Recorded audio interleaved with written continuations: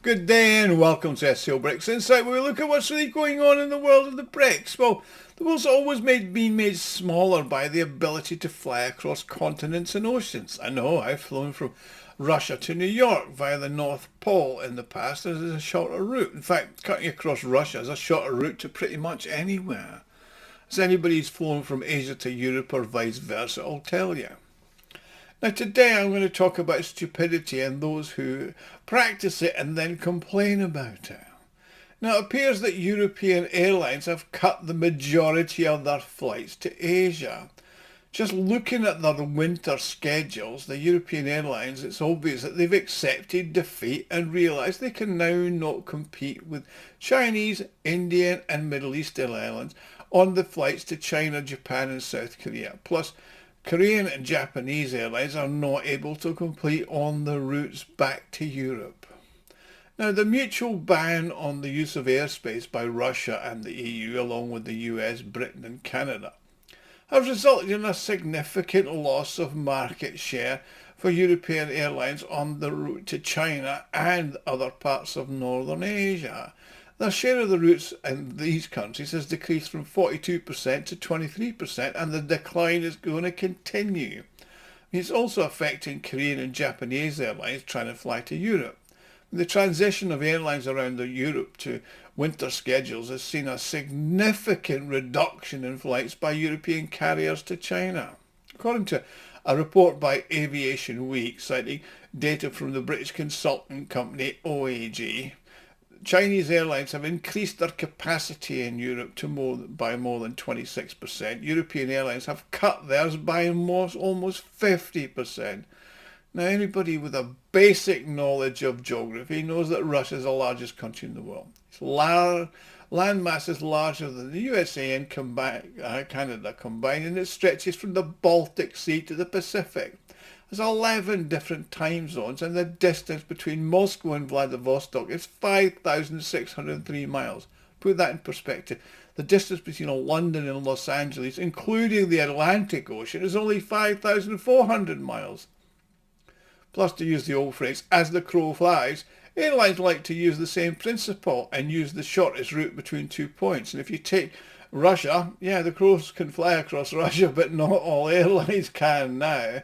So when the EU and the US and the UK introduced their shock and awe sanctions, they intended to use them as a weapon to destroy the Russian economy and bring the country to its knees.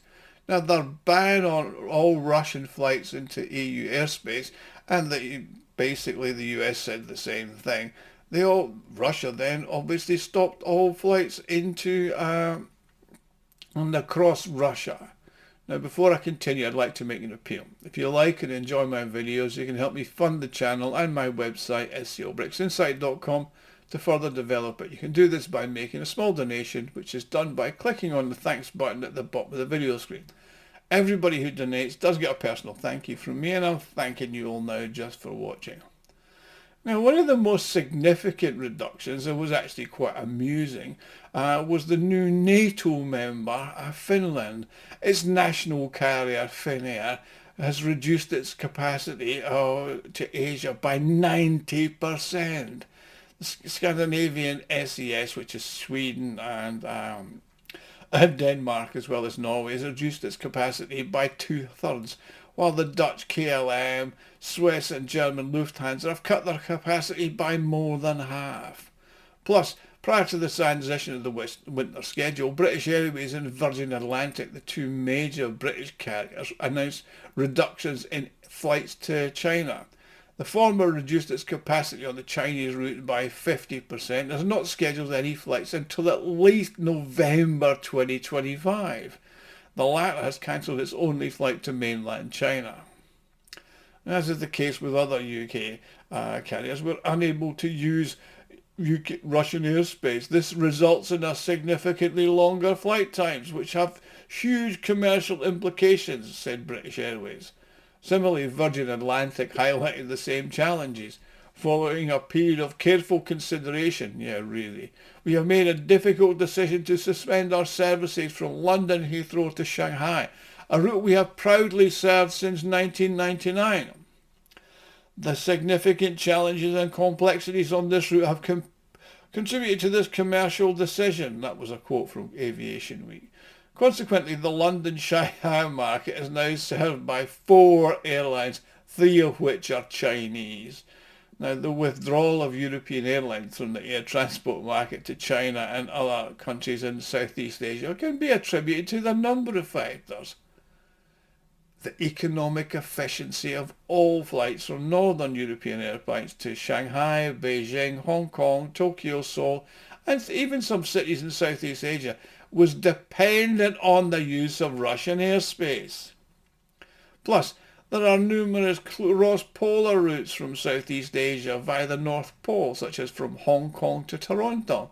Utilising these routes has the potential to reduce travel time by a number of hours, and that offers a significant cost and efficiency savings in fuel. I mean, in total, Aeroflot, the national carrier of Russia, used to get over 500 million a year in unused commercial rights known as Trans-Siberian payments for flights of foreign airlines over Siberia in the profitable years.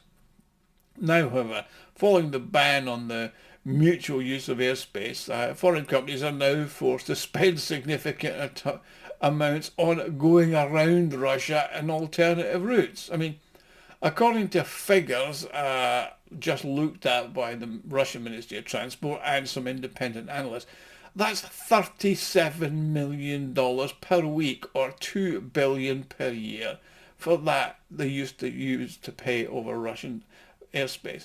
Finnair's previous flight from Helsinki to Shanghai used to take less than 9 hours. The current flight duration is now over 12.